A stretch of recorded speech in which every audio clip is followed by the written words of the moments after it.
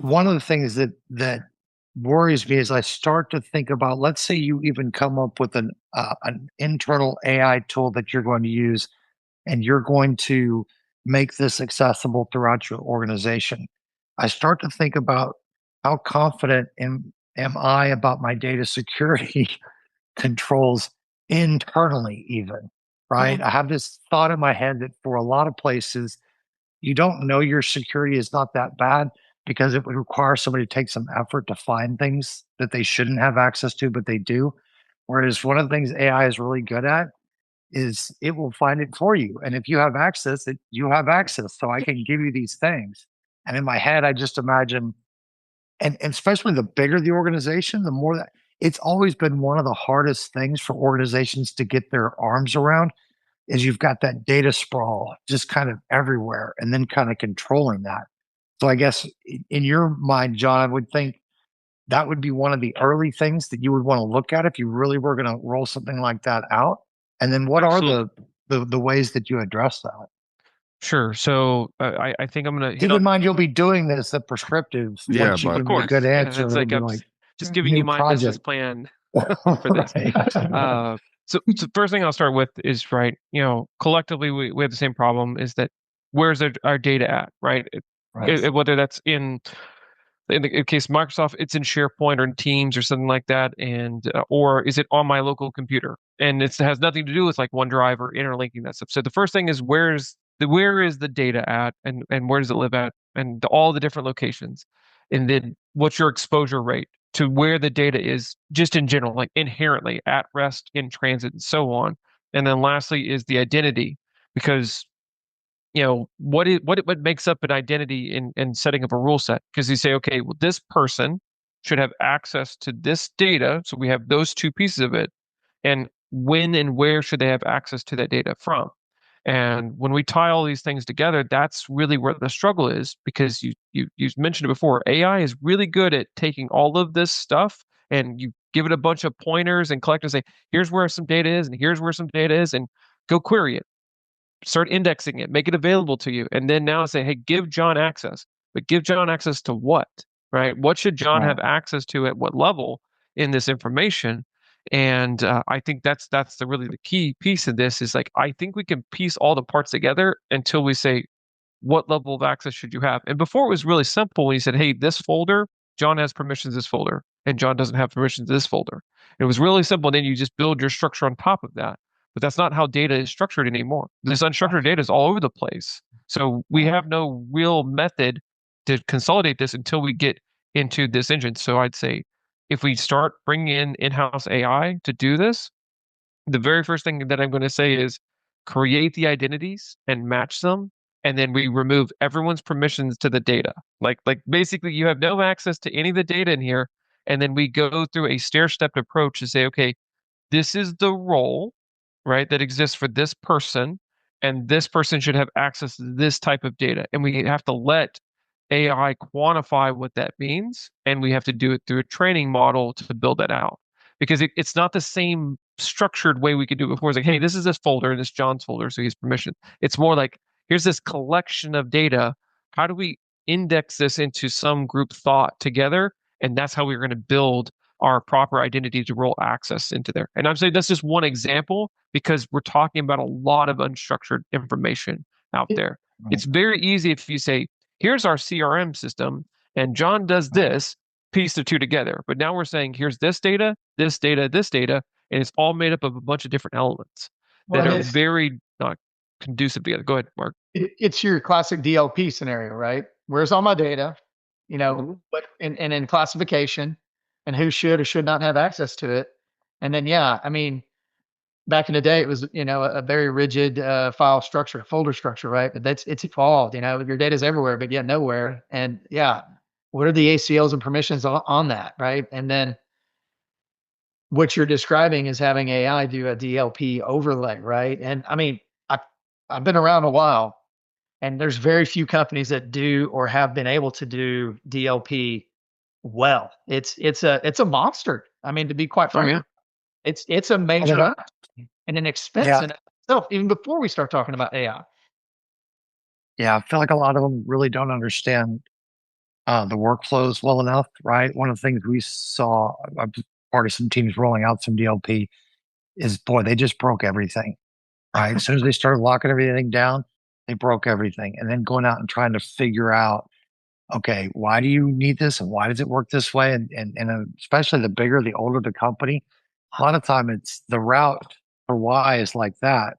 But the way to untangle that is a monster effort, right? And I think some cases that's also why you end up with just I'll just give them the permission. We'll just give them the permissions that they need, right? Because I don't have a week to figure out what's going on here. So you see a lot of that kind of stuff. And that's the kind of stuff that AI, takes advantage of from the standpoint of it doesn't know that it just knows I have access, right? So I can give you this answer. Well, our Yeah. best. Mhm. Oh, go ahead, Sam. Oh, I was saying I was actually going to talk about you again of like I love the comment about the having to do an entire training set of how it's even going to respond because, again, basic data management protocols, just like you would for anything else, you're going to have to all over again go through inventory of data, classification, data flow because once they do have access, once they are in the access point, whether or not they even are permitted access, when then that flow out from other emails to then the threads of how it can spread out. It's just a nightmare that if you don't do like a controlled sort of training and assessment, like it could just become a nightmare and then trigger your state privacy law issues kicking in, or some sort of issue with hopefully worst case scenario, Section 5 FTC or some other concern, right? And so doing training with any integration of new AI tool, like to see how like doing your data management assessments all over again, like you would in the past. Like it's very important from a legal standpoint of protection. And of course, the cyber insurance companies aren't going to want to, insure an incident if you're not doing that sort of thing, right? That's another Right. thing, right? Following what they Oh yeah. recommend is an incredibly important aspect of this whole conversation. Is what does your insurance company say, Oh, right? cybersecurity, right? Hmm. Oh my goodness, that's a whole nother thing that's just been creeping around is cybersecurity. Well, Yeah, I and think the on different the types and whether or not they cover what, and yeah, yeah, I think we have started to see some AI questions on those questionnaires at this point. hmm They have, and So I, they're entry level, right? I mean, at least the ones I've seen, the more novel type of approach, because not every organization has stood up their own LLM AI model right. inside the organization. I mean, it's coming, right? And so the very first question is like a disqualifier statement. Are you pursuing AI in your organization? And then if you say no, it's like immediately like, okay, great, you're insurable. yeah. Almost because of the fact that you're not taking on that risk. But yeah, that's what we're seeing for sure. Is like as this is going on, the questions are getting more and more complex. It's the same thing when early days of like identity tying into MFA. Like before, is like, do you have MFA? It's like, oh, you do. That's great. Then you're in a good spot. Of no, maybe you should have it, but it wasn't disqualified. Now it's like you don't have this. We And they'll can't. test you. I mean, exactly. So I envision that's going to be the case with AI. Is that we're going to get more and more complex questions around what are you doing with AI and around your insurability. Yeah, yeah. they'll And Before. absolutely test your systems. I feel sometimes, and especially in the SMB space, it's almost the cybersecurity insurance that drives the compliance. They don't necessarily pick the compliance, but they're almost forced into it. And I didn't That's even, the money. what Yeah. cybersecurity insurance question?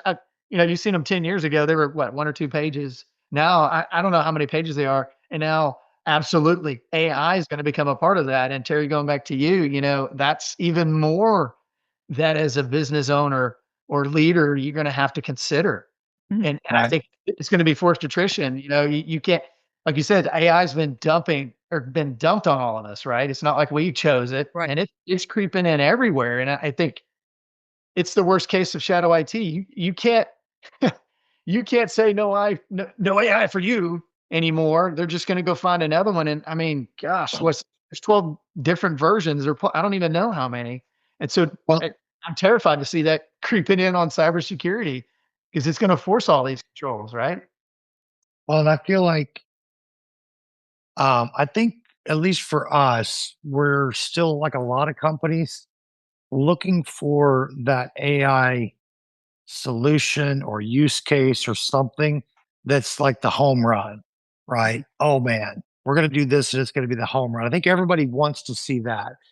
I think what most organizations though have figured out is that okay, even from your own day-to-day work, assuming you've learned enough and understood enough of AI, there are some basic things that you can say this saves me time on a daily basis, right? At least in this aspect. So that's one of the things that I wrestle with is if you tell me I want to use something because it's going to make me work, my work this much more efficient. And in a lot of cases, it's solving some of the grunt work that maybe you don't like doing anyway. It's tedious. If it can do that in the short term, we can just say, no, we're not doing that. Right. But in the long term, even just from a competitive standpoint, right? Because I look at it, I don't think we're looking in any way, shape, or form, or even have the idea that, hey, we could get rid of people and replace them with AI.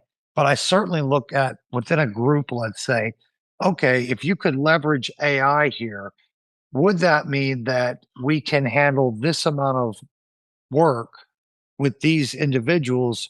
Whereas without AI, we're going to have to ramp up people faster. And then do we take some of the stuff off that isn't the creative work? It isn't the one that really needs the years of experience. It just needs to be able to. It's almost a fancy automation to some extent, right? Yeah. Is what I'm really Yeah. looking at.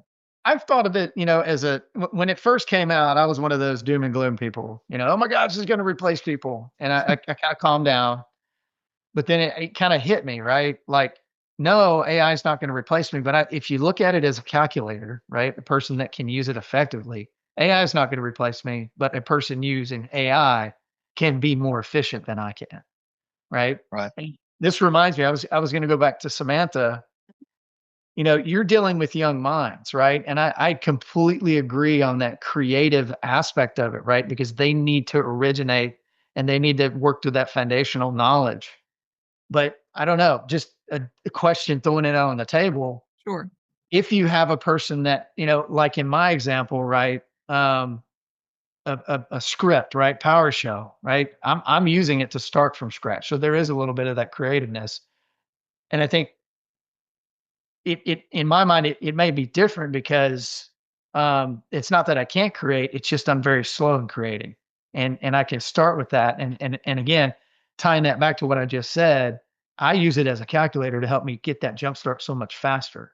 So, you know, sorry, I'm rambling, but it's very easy to kind of define that in an educational realm. But if I pivot over to work, well, you're going to have all types of skills. You're going to have that green new employee, and I think there's a high risk of that creation part. They need to learn the job, and then on the other broad end of the spectrum, you have somebody that's got 30 years of experience. I think it'll make them faster.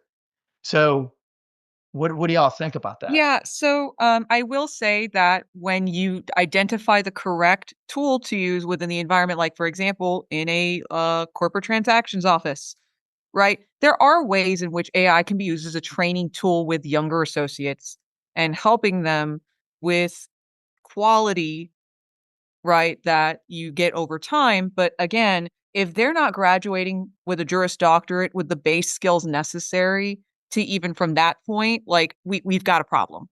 Yeah. Right. But nuanced things that take more time that, we can speed up human beings and their abilities and productivity, right?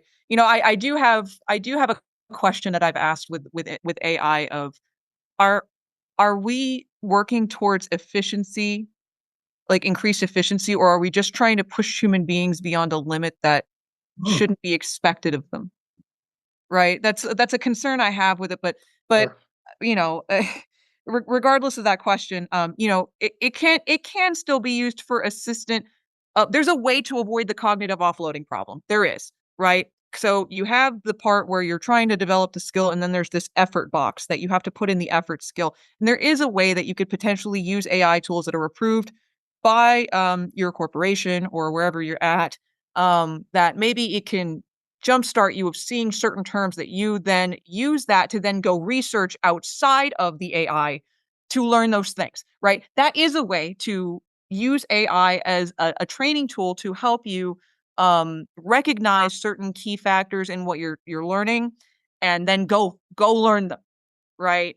But again, there is that very thin line we teeter on between, are we using it as a training tool or are we using it for cognitive offloading, right? But again, if you use it to give you some trigger words and things of like, oh, okay, I maybe should go learn these things outside of the AI tool now that I've asked this, that can be a way for assistance, as well as the training tools in corporate transaction setting of seeing prior contracts that have been drafted by the senior partners and comparing and doing whatnot.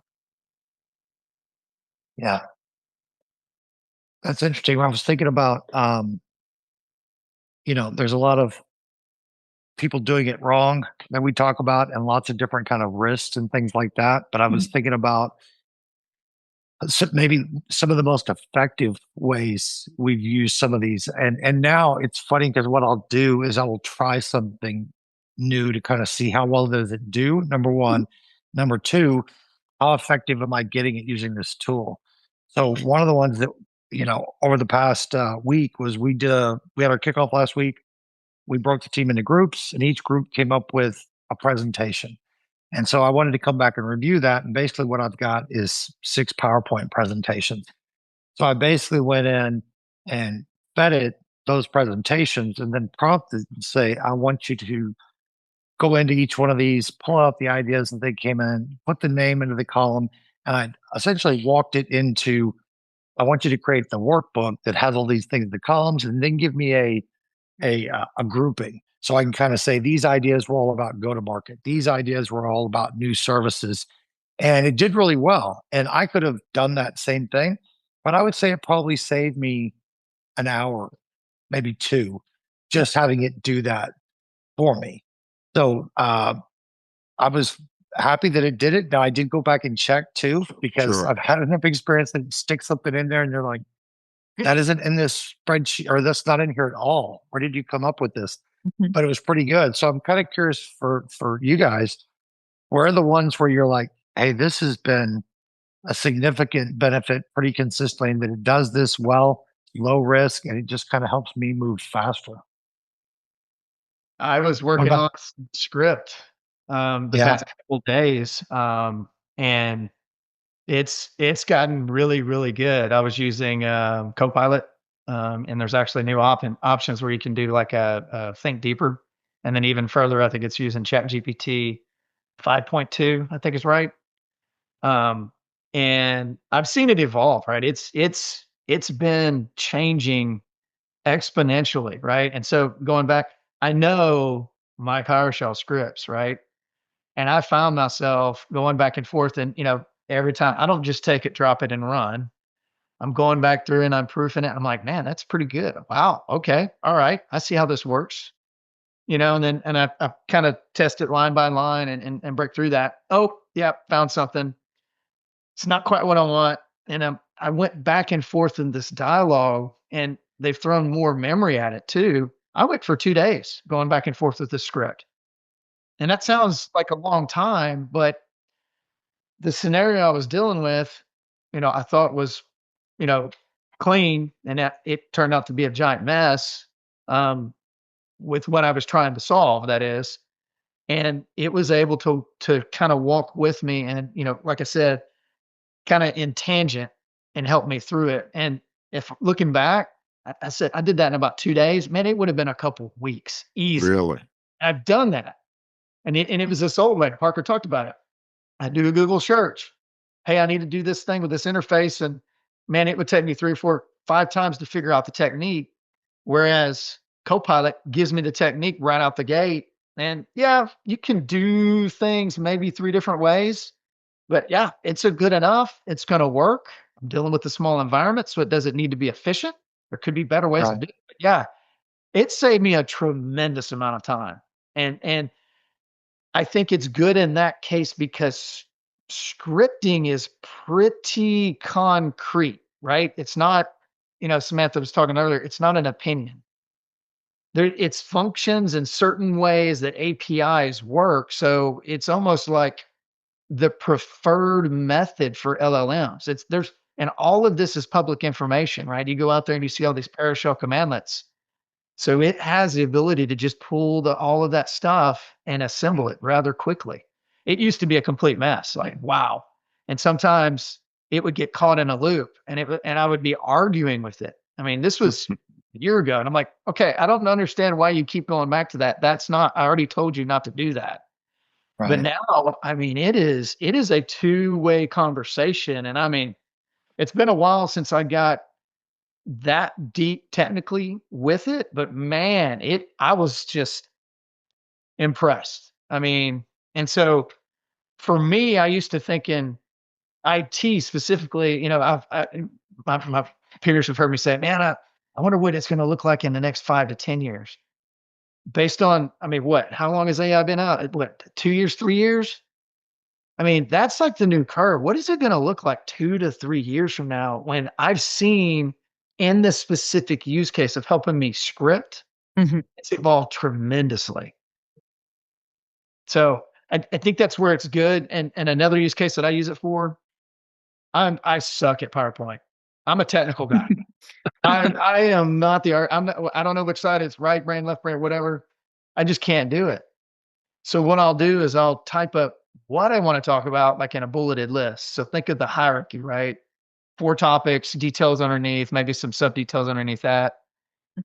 I'll save that and then I'll feed that in on the PowerPoint side and say, hey, create me a slide based on this.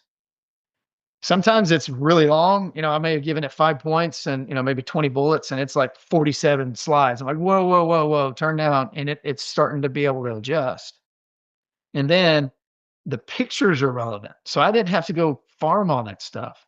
And I mean, like I said, I suck at PowerPoint. That wouldn't take me days. I've sometimes been able to crank a presentation around in like an hour. Yeah. And then we put those templates out there. So now we're tying the ability to use our corporate branding. So not only can you say, hey, create me a slide deck based on this content, but use our corporate template. So yeah, it's getting good, but you can kind of hear I've learned how to navigate it, right? And kind of figure it out. And a lot of these things, right? I mean, we're a consulting company. I mean, we should be sharing these things with our, our clients and whatnot, but I don't think you can find these, I don't know, tips and tricks readily available out there, right? And it's hard. I mean, and that's my story. I'm sure there's different stories, of different things that people have found whiz bang ways to save a tremendous amount of time.